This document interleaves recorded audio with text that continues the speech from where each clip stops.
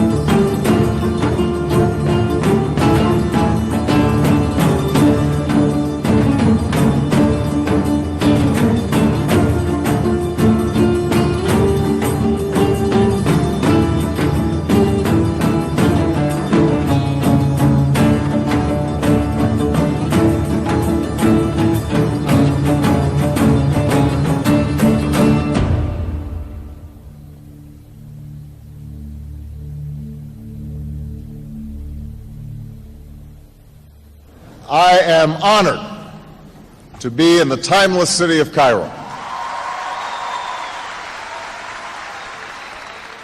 We meet at a time of great tension between the United States and Muslims around the world. Tension rooted in historical forces that go beyond any current policy debate. For many years, Iran has defined itself in part by its opposition to my country. And there is, in fact, a tumultuous history between us. Since the Islamic Revolution, Iran has played a role in acts of hostage-taking and violence against U.S. troops and civilians. In the middle of the Cold War, the United States played a role in the overthrow of a democratically elected Iranian government. This history is well known. I have never heard anything about the CIA, especially in 1953. I don't know anything about it. I'm sorry, I don't know anything about that. I have no knowledge of that whatsoever. Something I've never heard of, never known anything about. I have no clue. Can you repeat that? Well, I wasn't born in 1953, so I've never heard of the coup. That was a little bit before my time. After the Eisenhower administration made its decision to overthrow Mossadegh, Allen Dulles selected Kermit Roosevelt to carry out the coup. At the beginning of August 1953, Kermit Roosevelt arrived in Tehran and began this covert operation. It's really a fascinating operation to study because it answers this odd question: how do you overthrow a government? Former Premier Mossadegh's ruined house is a mute testimony to 3 days of bloody rioting culminating in a military coup. Suppose you get sent to a country and you're told, overthrow the government. So what do you do on the first day? What do you do on the second day? In the quick shift of power, Mossadegh was finally apprehended and awaits trial for treason. The Shah, who had fled to Rome, comes home, backed by General Zahedi, military strongman, who engineered his return to power. The general will now have a strong voice in the newly formed government, whose cabinet is seen here with Shah Pahlavi.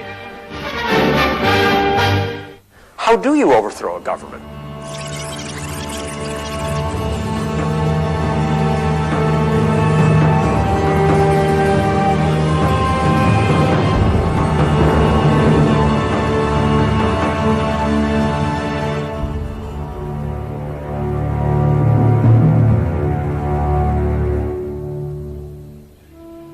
Many countries in the Middle East are what you might call fake countries or invented countries. They're countries that were created by outside powers, usually in the wake of World War I. And I think there's a temptation for people that aren't familiar with the region to see Iran in that category, but that's not true. Actually, the opposite is true. Iran, formerly known as Persia, is one of the world's oldest civilizations.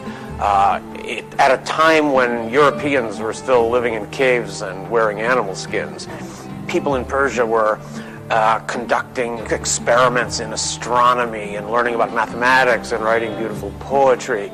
So this is a civilization that has a great deal of sense of its history, a sense of self-confidence, a sense of identity, and a sense of being rooted in the long course of world history. This is not a country that just arrived and is trying to figure out who or what it is. In 1908, the British discovered oil in Iran. Geologists soon learned that Iran sits on an ocean of oil. The British decided that they needed oil to run their cars, to power their navy, and to fuel their economy. But Britain has no oil. When oil was discovered there, the British decided that they would like to control that entire resource. Soon after the discovery, this Anglo-Iranian Oil Company was formed, and it purchased the majority stake. And then the oil company arranged a concession with Iran. The entire stock of Iranian oil was the property of this British company, and all the rights to exploit oil in Iran belonged to this company. Oil, of course, became very profitable from the 1920s onwards, and the way the division was abysmal. For instance, Iran was getting sometimes 16% of the profits, and the profits were defined in such a way that it actually shortchanged Iran. Books were not open to the public, even to the Iranian government. In 1951, Mohammed Mossadegh was chosen Prime Minister of Iran. Mossadegh was a tireless social reformer, fiercely nationalistic, and incorruptible. No account of the 20th century is complete without a chapter on him. Mohammed Mossadegh was an outstanding politician, political figure in Iran for a long, long time. He had relatives who were part of the previous dynasty, the Qajar dynasty. Sou inteiramente favorável ao fim das golden share. For a number of decades in Iran. Before he became prime minister in 1951, he was a vocal opponent of British control over Iran's oil industry and generally Britain's control over Iran. We have to remember this is at a time when there's a wave of nationalism going through Iran. There's been a long struggle against the British since the late 1800s. And there was a feeling in the country that it was time for Iran to really be independent. As Iran's vast petroleum reserves aroused nationalists following seizure by the Iranian government of the British-operated refineries and distribution facilities. Demonstrations at the huge oil port of Abadan culminate in the tearing down of signs over company offices and the raising of the Iranian flag over the installations. And here comes Mossadegh, a very well-respected person, a lawyer who managed to get himself in this very powerful position in the country. Mossadegh was a fascinating figure. He must be one of the towering figures in the 20th century history of the developing world. Bear in mind that when he emerged, there had never been a figure from a poor country who had risen up in such a visible way to challenge the masters of the universe. Nobody from a poor country had ever stood up and said, we own this resource. It belongs to us. It doesn't matter what companies you've imposed on us or what agreements you've imposed on us. All of that was unjust. We have this resource and we are miserably poor. We need the money from this resource and we insist on having it. He is very much interested in national sovereignty. But there's something more than that. He's not just a national leader. He was very sincerely committed to the notion of liberal democracy. Time magazine made Mohammed Mossadegh its Man of the Year for 1951. They chose him over Douglas MacArthur, Harry Truman, Winston Churchill, and a number of other towering world figures, and they were right. He was the most important person in the world at that time.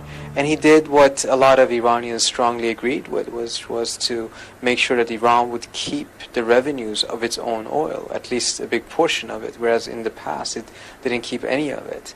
So people in Iran began challenging Anglo-Iranian Oil Company and saying, you've got to change your contract with us and give us 50%. And you keep 50%, not keep 90% or more, whatever it was. No one ever knew, since Iranians were never allowed to audit the books. The Anglo-Iranian Oil Company refused. They would not concede an inch. They were quite pig-headed. I think they were still maybe caught in the colonial mentality of the past and thought that the idea that some poor country could try to pressure them or dictate terms to them was unthinkable.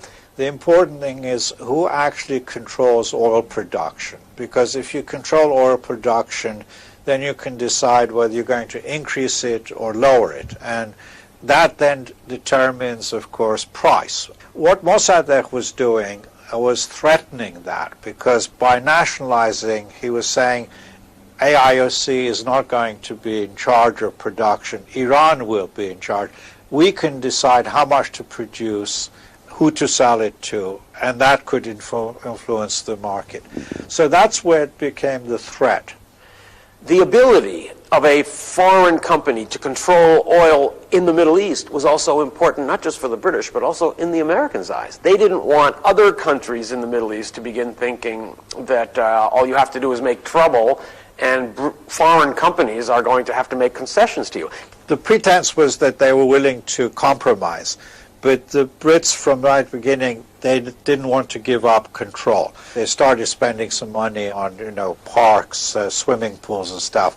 So by 51, they were saying the Iranians should be grateful to us because we built you swimming pools and stuff. Well, of course, a swimming pool might cost the oil company £2,000. What's that when, profits are like £50 million a year or something like that? They were treating them kind of like the way we treated black Americans in pre-Civil War South, or even post-Civil War South, when we put them in economic slavery instead of real slavery. And persisted even more adamantly in their desire to rape, pillage, and plunder Iran. The Persians had every reason to dislike the way that AIOC was treating them. The British didn't really know how to deal with a situation like this. It was a new era for them, but they were still thinking in an older era. One of their first impulses was, well, we're going to send an army and we'll just invade Iran. Harry Truman in Washington got wind of this, and he went crazy. You got this situation where Harry Truman, I think, says, I'm not having any of this. This is imperialism. This is colonialism.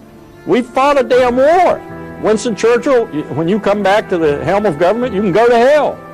President Truman was increasingly concerned about the intensity of this argument between Iran and Britain. At one point, he sent a leading figure in the United States, Averell Harriman, who had been famous as governor of New York and had held a number of international positions, to Iran with instructions to negotiate with Mossadegh and see if he could get Mossadegh to make some kind of a compromise with the British. I want to express to you my appreciation for your willingness to undertake this trip to Iran.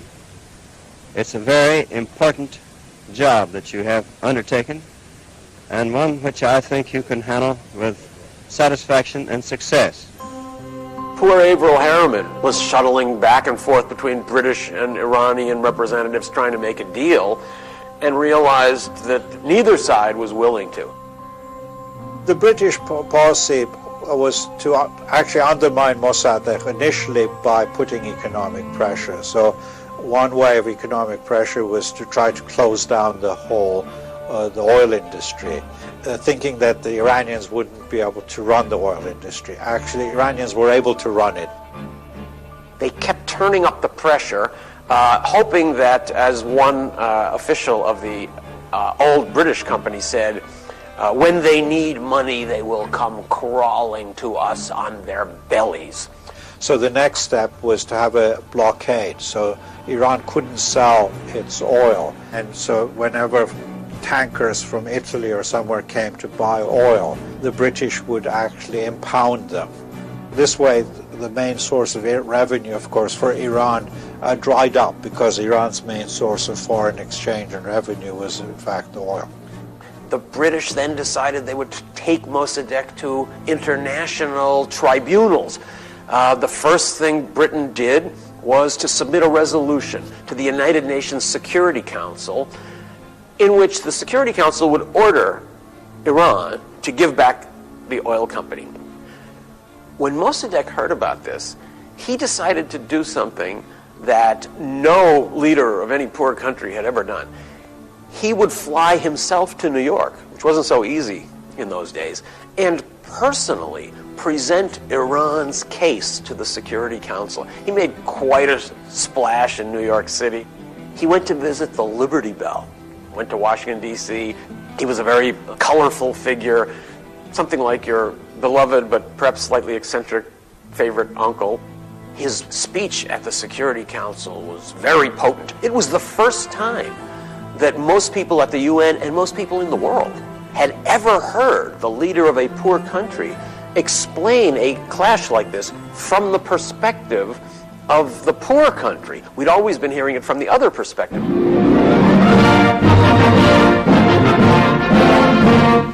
The United Nations once again confronts a grave problem as Premier Mohammed Mossadegh of Iran arrives with Secretary Trygve at the Security Council to present his side of the explosive Iranian oil case. The ailing statesman electrifies the Council as he denies the right of the United Nations to intervene in what he calls a purely internal matter. He accuses Britain of intimidation by a display of armed might after the nationalization of the oil industry. Sir Gladwin Jebb, Britain's representative, is an attentive listener to his arguments, as is America's Warren Austin. The issue could be peace or war. After that debate, the Security Council did something that it had never done in the brief history of the UN, which was to refuse to pass a resolution that had been sponsored by one of the leading members of the Security Council, Britain. So the UN refused to order Mossadegh to give back the oil company. Then the British decided, we're going to take Mossadegh to the World Court in The Hague. And Mossadegh himself flew to The Hague. Hearings before the International Court at The Hague failed to solve the difference, as Premier Mossadegh, with his parliament behind him, firmly pursued his nationalist course. The same thing happened. He had a great impact not just on public opinion, but on the judges there. And those judges also refused to order him to give back the oil company. So the British were running out of options. From their point of view, Iran had stolen something that belonged to Britain. It seemed like an open and shut case. We had a contract with them. They gave us the right to all their oil. Now they want it back. But this is a contract. It cannot be violated. They signed it. The United Nations did not accept this argument. The World Court did not accept this argument. This was quite a shock for the British. The British tried to oust Mossadegh by bribing members of Parliament. When Mossadegh got wind of the plot, he promptly kicked the Brits out of the country. After the British embassy in Tehran was closed, the British were more or less out of options. They had tried everything from blockading ports to appeals to international bodies, threats, embargoes, everything. Now they didn't even have anyone in Iran. So they turned to the Americans. Churchill asked President Truman, can you do us this favor? Can you overthrow this madman who has taken away our oil company? Harry Truman, I think, was violently opposed on principle to supporting the coup. And Britain worked hard to get Harry Truman to support the coup. And Truman said no. The CIA had never overthrown a government up to that time, and it was Truman's firm belief that it never should. That seemed like the end of the line for Britain. Then, in November of 1952, a surge of excitement charged through the British Foreign Service. In Washington, a new president had been elected, Dwight D. Eisenhower. I for president, you like Ike, I like Ike, everybody likes Ike for president. Hang out the banner and beat the drum, we'll take Ike to Washington. We got to get where we are going, travel day and night for president. Let Adelaide go the other way, we'll all go with Ike. You like Ike, I like Ike, everybody likes Ike for for president. Hang out the banner, beat the drum. We'll take Ike to Washington. We'll take Ike to Washington. Now is the time for all good Americans to come to the aid of their country. There was a fundamental disagreement between Truman and Eisenhower on the question of whether Mossadegh was the problem or the solution. Truman and his Secretary of State, Dean Acheson, had for some time been working fairly closely with Mossadegh. They had a fundamental sympathy towards Iran and its efforts to get itself out from under the influence of Great Britain. They became convinced that negotiations with Mossadegh were the way to go. Eisenhower and his group, on the other hand, although they didn't reach this conclusion right away, were much more disposed towards finding some other solution. The British approach to the incoming Republican administration about overthrowing Mossadegh. John Foster Dulles, the new Secretary of State, had long railed against the dangers of communism. For much of his career, he had served as a top lawyer for large multinational corporations. His brother Alan became the new director of the CIA. It was the first and only time that siblings controlled both overt and covert sides of American foreign policy. It wasn't hard for the British to talk the brothers into overthrowing Mossadegh. The Dulles brothers then sold the new president on the idea of a coup by playing the communist card. There's only one person in the whole Eisenhower administration who ever raises this question of Mossadegh's true beliefs, and that person was President Eisenhower himself. There was a meeting of the National Security Council at which Eisenhower said something like, "I'm glad we're overthrowing this communist Mossadegh, but I actually wasn't aware that he really was a communist." And Dulles had a great answer. Dulles said, well, it's true that Mossadegh is not a communist. However, Mossadegh is an elderly man. He could die. He could be overthrown. That would produce instability in Iran. There is a communist party in Iran. Iran is on the border with the Soviet Union. Therefore, circumstances could unfold in a way that might leave Iran open to communism. And then the straw that breaks the camel's back is the Soviets are coming. Where have we heard this before? The Soviets are coming, the Soviets are coming. When Eisenhower heard that, he said, okay, you've convinced me. And Eisenhower approves it, and it goes ahead. And there's one other thing operating here. Eisenhower has this incredible aversion for war. Not so counterintuitive if you think about it for a moment. He doesn't want to see a nuclear war in particular. And so he develops this penchant for clandestine operations because, compared to war, they're cheap.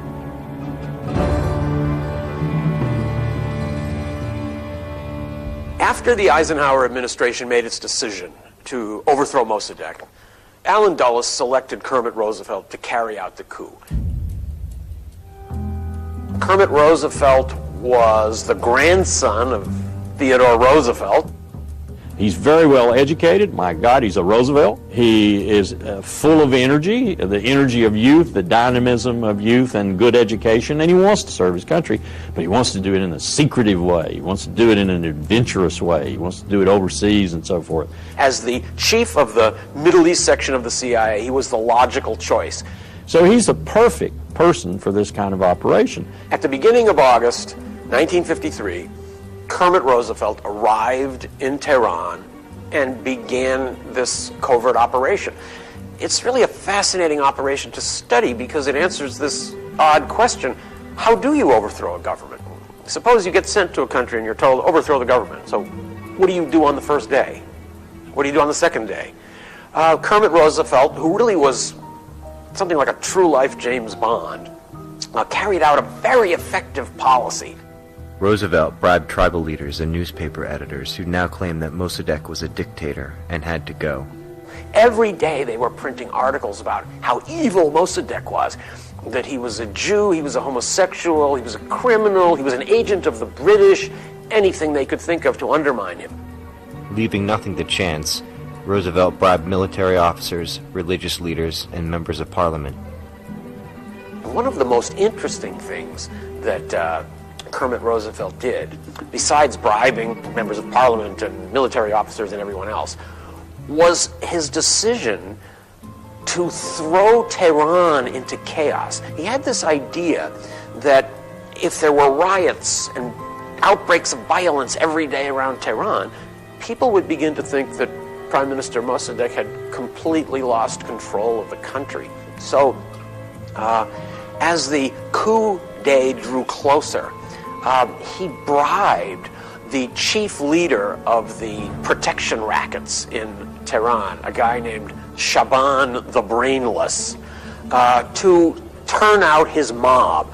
It was Kermit Roosevelt's idea that this gang, this mob, should charge through the streets of Tehran, beat up pedestrians, break shop windows, fire guns into mosques, and then yell, "Up with communism, we love Mossadegh." And that wasn't even enough. Kermit Roosevelt had an even better idea. He hired another mob to attack that mob. That created a huge outbreak of street violence. The first idea that Kermit Roosevelt had was to bring the Shah into the plot. The British had occupied Iran during the Second World War, at which time they placed Mohammad Reza Pahlavi on the throne as Shah, or king. Prior to doing so, they forced the Shah's father, a ruthless strongman, to abdicate the throne due to suspected pro-Nazi sympathies. In placing the son on the throne, the Brits hoped that the younger, weaker Shah would be easier to control. The Shah was a great coward and a great pipsqueak and a real fraidy cat, very much different from the image that we had of him 20 years later. He was terrified of becoming involved in this operation because he feared, perhaps quite rightly, that if it went wrong, he'd be finished. He'd be chased all out of the country. This was really dicey up to the last minute. The Shah even didn't think this was going to work. They had to fly his sister in, for example, who was hated and didn't even want to go, to try and convince him to do it.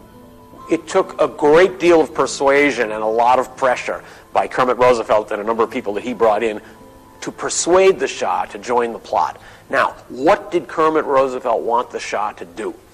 It was his idea that the Shah should sign 2 orders. Firmans, they're called in Farsi. The first order dismisses Mossadegh as prime minister, and the second order names General Zahedi as his successor.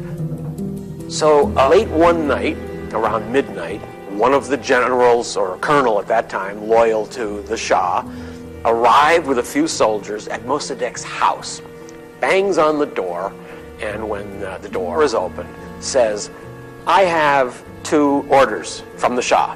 Now, everyone, including the Shah and Kermit Roosevelt, understood what Mossadegh's reaction to these orders would be. He would say, "These are illegal. I reject these orders. You have no right to name a new prime minister or to fire a prime minister without Parliament's approval." And when he did that, they would arrest him.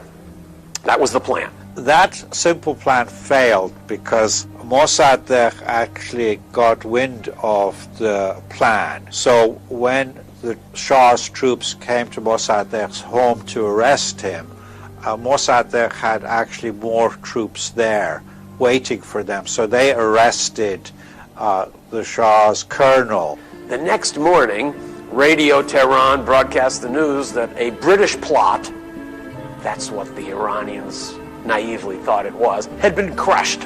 When the Shah heard this, he fled the country immediately and went to Baghdad and then on to Rome. The CIA cabled Roosevelt that the situation had become too dangerous and to leave Tehran at once.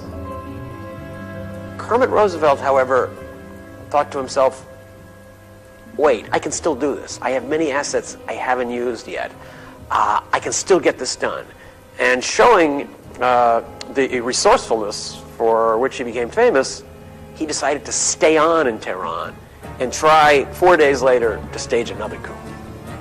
For the next several days, Roosevelt played the role of puppeteer. Throwing Tehran deeper into chaos, he had one gang take to the streets, followed by another. After Mullah's march to denounce Mossadegh, he had the military storm the streets. They never had any idea that there was such a person as Kermit Roosevelt, and that he was operating in the basement of the U.S. Embassy. When 2 Iranian agents working for the CIA got cold feet, Roosevelt made them an offer they couldn't refuse. Kermit Roosevelt produced a valise with $50,000 in cash. He told him, if you agree to continue helping me, I'll give you this $50,000. And by the way, if you don't, I'm going to kill you. Considering that option, they changed their mind and decided to help.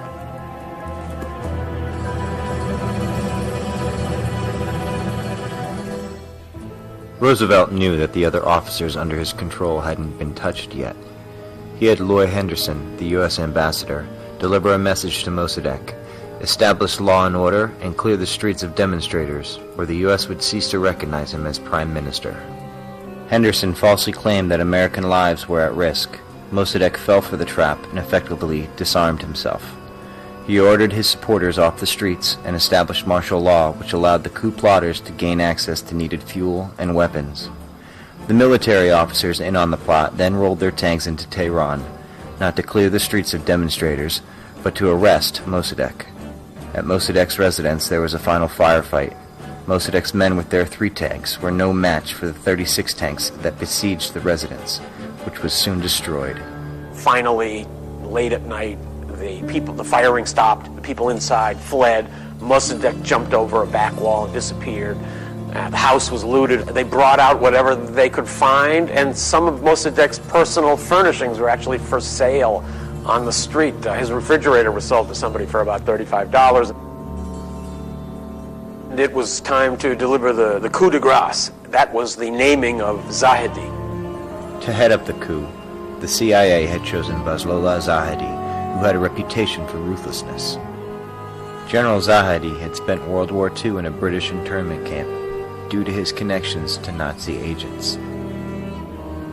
Now, General Zahedi was in the custody, essentially, of Kermit Roosevelt. Roosevelt had stashed him at a safe house near the American embassy. So he arrived there to tell him, everything's worked out, it's all set, you're going to be the prime minister. The guy was just sitting there in his underwear waiting for news. Zahedi was brought out onto the streets and rode aboard a tank through the streets of Tehran to the radio station, where he was to make his statement announcing that Mossadegh was overthrown and I'm now your new prime minister. It was quite a festive event, although there was one hitch. As he was about to make his radio speech, the radio announcers decided we need some martial music to show that Iranian patriotism has finally triumphed. So he went running off, according to this account, to the embassy library, pulled the first, record album that he could find off the shelf, and immediately put this record on the turntable. And the very first song that came out was the Star Spangled Banner. So this was another kind of wink of history, maybe, since it actually was the Americans who were coming to power. That was quickly changed. Iranian music was put on. Zahedi made his speech, announced that the evil Mossadegh was gone, and I will now take over and restore Iran's greatness. The Shah was sitting at lunch in a hotel in Rome, probably thinking to himself what he was going to do now. He had already told people he would have to look for work, because he wasn't going to be able to go back to Iran. Suddenly, some news reporters burst in and handed him the news, and they said, "You're back. The coup, there was another coup, it succeeded. You're back on, you're going to be the king." He was in complete shock, and for some time couldn't speak at all. Finally, his first words were, "I knew it. They love me." Back at the U.S. Embassy, the champagne flowed as jubilation reigned. The message the Dulles brothers took away was that they had a whole new way to shape world events. After the coup, several hundred military officers were arrested, about 60 were executed. There was a purge of all officers who were deemed loyal to the democratic government and not loyal to Zahedi or the Shah. It was a way of cleansing the army and doing something that Mossadegh had refused to do, which is build an army loyal to the people in power at that moment. For his part in the coup, Zahedi was paid $5 million by the CIA. The oil industry was denationalized. An international consortium was formed with 40% of the shares now going to American companies. Profits were split with Iran on a 50-50 basis, but the British effectively retained overall control, and its oil company renamed itself British Petroleum.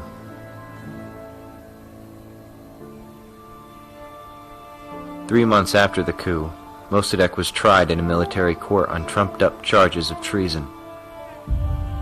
His fiery defense electrified the courtroom and is still remembered today.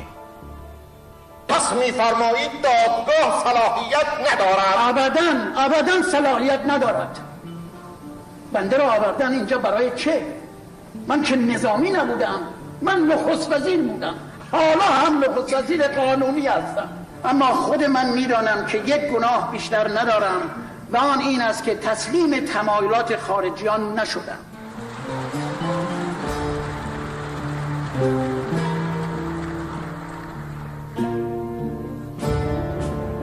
Well, the McCarthy era was a dark time in the United States. This was from about 1950 to 54, thereabouts, when McCarthy was on the scene. And he both was created by and came to symbolize this period of absolute fear of communism, excessive fear, hysteria, as it's often called. I intend to go into those states and give the American people the cold, documented picture of the sellout in Korea, the extent to which communism has been directing our foreign policy, our suicidal foreign policy, if you please. It was a time that that created pressures against different American administrations, presidential administrations, to move their policies to the right. John Foster Dulles was one of the big proponents of rollback of communism under the Eisenhower administration.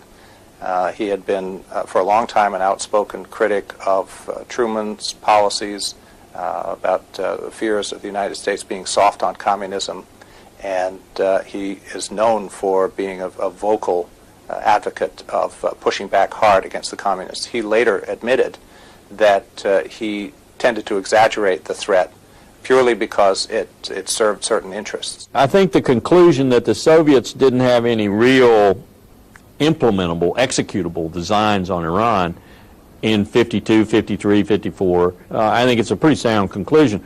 But on the other side of that coin, an even sounder conclusion, I think, is that at this time, the so-called communists, the Tudeh, in Iran, was indisposed to be a lackey of the Soviet Union. Basically, they were an indigenous group, not a Comintern group, not a group that was recruited and funded and marshaled in Moscow and sent to Iran. The ideas of communism were certainly very much opposed to Mossadegh's idea. You could speculate on whether circumstances might have changed over time and communist influence might have grown there. The question of communism threat is often used as a rhetorical when it's useful. So in the early part, when the oil crisis starts, the Americans keep pressuring the British to actually deal with Mossadegh. And the Americans say to the British, if you don't deal, Mossadegh will be overthrown and the communists will... And the British poo-poo this and say there's absolutely no danger of that. We can pressure Mossadegh as much as we want. There's no communist threat. Later on, you find that the British then say we have to get rid of Mossadegh to stop the communist guy. And then people like Acheson are then repeating the earlier British poo-pooing that really there's no real danger of a communist takeover. At the time, of course, you can say the discourse in the West was the communist danger. So if you want to get anything done, you say that. Nowadays, you can say the discourse is international terrorism, and you can justify anything. But even the Dulles brothers' view that this country was very susceptible to communist takeover is something that they developed themselves and is quite dubious from historical perspective.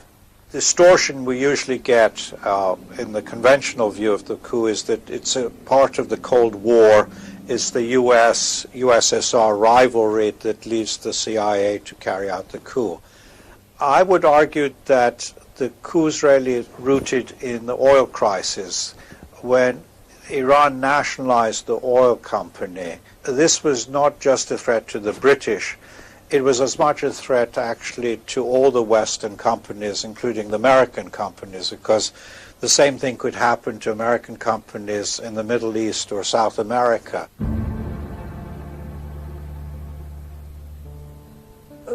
summer of 1953 was a turbulent time, and of course very threatening and dangerous for Mossadegh. Mossadegh's house should have been sacrosanct. It was not, and the mob went after it. I was horrified by the bloodletting in the streets. There were tanks attacking the house. There was a lot of killing then. 300 people died in that couple of hours. I interviewed the Shah amongst a group of reporters there, me and people from United Press, and he just was kind of bubbling over with glee at having been saved. I met Kermit Roosevelt for the first time after the coup. I had several discussions with him later about, do you really think now that was a good idea?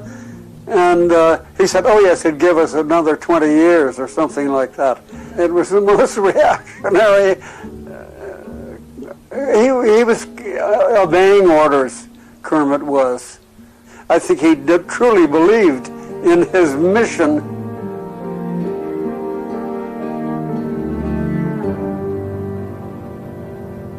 The 53 coup is like a guillotine in Iran. It inaugurated sort of massive repression, and it changed the landscape. So the political situation, besides being more repressive, secular organizations like the National Front, the Two-Day Party, were in fact disassembled, dismantled.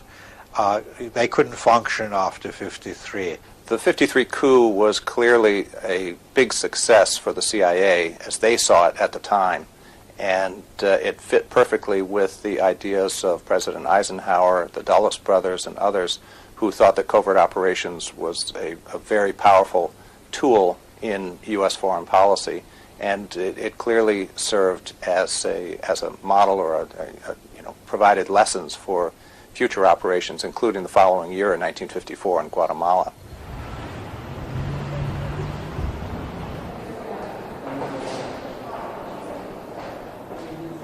You know, we in the United States have short memories. People in the Middle East never forget. And I think there's some political truth to that. And the Iranian people, I believe, know all about it. But the average American doesn't have the vaguest idea that we interfered with an elected government. What bothers me so much is that the American people believe that we can do no harm, that we are willing to go to war, start a war, to promote democracy with force. At the same time, sometimes when there's a leader in a country that's been elected, even in recent years, elected leaders in the Middle East, we don't like them, we don't support them. But the CIA for many years has warned about blowback. But I know that when I brought that term up in the presidential debates, it wasn't my term. And I referenced it to it having been established by the CIA, because they knew and understood this, that they can come back on us. It's an unintended consequence. We should know what went on in 1953, what happened with the coup there, but I think that the goal of all individuals ought to be to know the truth about our history, and not to hide from us. I think that when history is distorted, I think we just continue to make mistakes. So history is helpful if we're honest with ourselves. I think that's the most important thing for any country or any people, is to be honest with ourselves. Because when your own government does harm and you ignore it, or pretend it never existed, or defend it for the wrong reasons, it's very detrimental. The idea that it is necessarily nefarious, it's always engaged in overthrowing governments, that's false. That's for the birds. The government of Mossadegh, if you recall history, was overthrown by the action of the Shah. As far as I know, we don't engage in assassinations and kidnappings and things of that kind. As far as I know, we never have. I hope I have a reasonable moral standard. Well, the Iranians were organizing themselves, and really all they needed was support and, to some extent, professional guidance.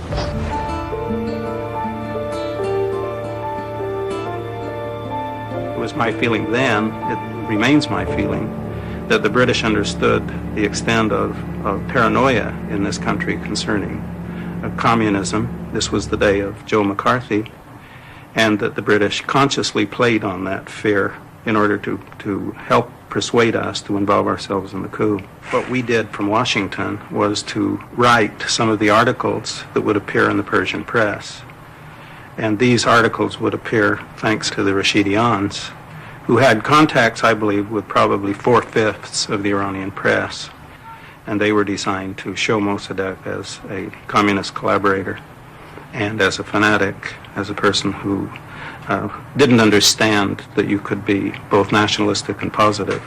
These two agents saw the opportunity and sent the people we had under our control into the streets and acted as if they were Tudeh. They were provocateurs, but we had more than just provocateurs. We had a lot of shock troops who actually acted as if they were Tudeh people throwing rocks at mosques, at priests.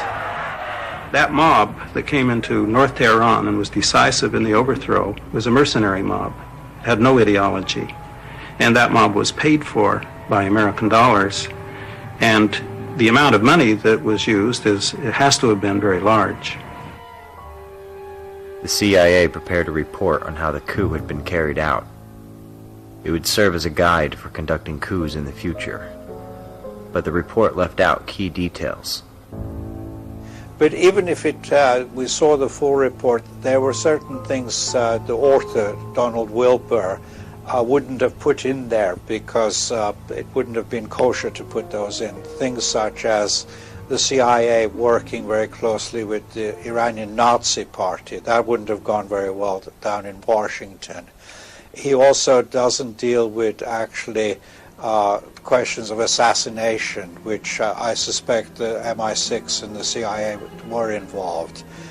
So that's sort of sanitized out of the report. I think that in the 53 coup, the CIA was much more involved in the actual mechanics of the coup than in other places like Guatemala or Indonesia and places.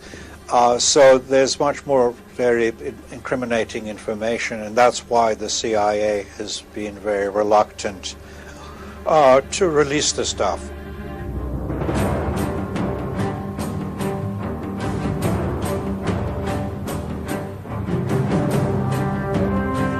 With the help of American aid and training, SAVAK was created in 1957. Its name alone would come to strike fear in the hearts and minds of Iran's citizens. Several of our students, got refuge on the roofs.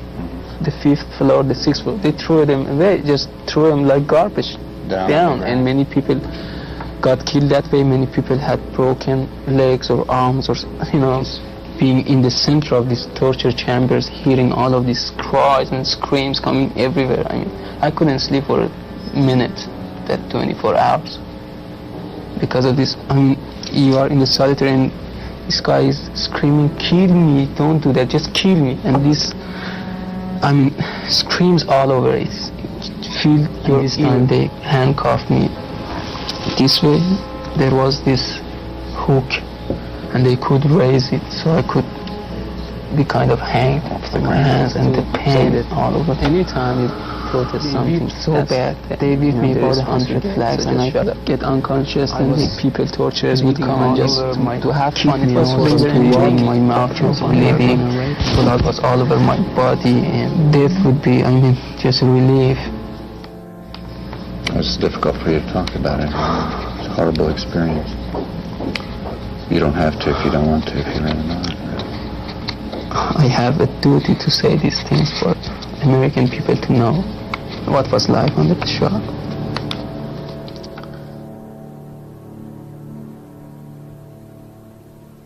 At the time, this coup seemed like a great success. But let's look back at it from the perspective of history, from the perspective of today. The Shah ruled for 25 years with increasing repression. His repression produced the explosion of the late 1970s, what we call the Islamic Revolution. That revolution brought to power a clique of fanatically anti-American mullahs who had spent the next quarter century vigorously and sometimes very violently trying to undermine Western power all over the world. So, from the perspective of history, this coup doesn't seem quite so successful at all. A lot of history came out of 3 weeks in Tehran in the summer of 1953. People remember this, even if it's not something that necessarily happened yesterday. You have to remember, Iran is a country with a very long history. So something that happened 50 or 60 years ago is not that very far back for a country whose history stretches 3,000 years minimum. What's interesting about 53, that is the time in which America, in the Iranian mindset, becomes a violator, becomes an aggressor. Prior to that, the view of Americans and the view of America amongst the Iranian public was an extremely positive one, and well-deservingly so, because America was correctly viewed as an anti-colonial power, who opposed colonization, who itself had fought a war of independence against who? Great Britain.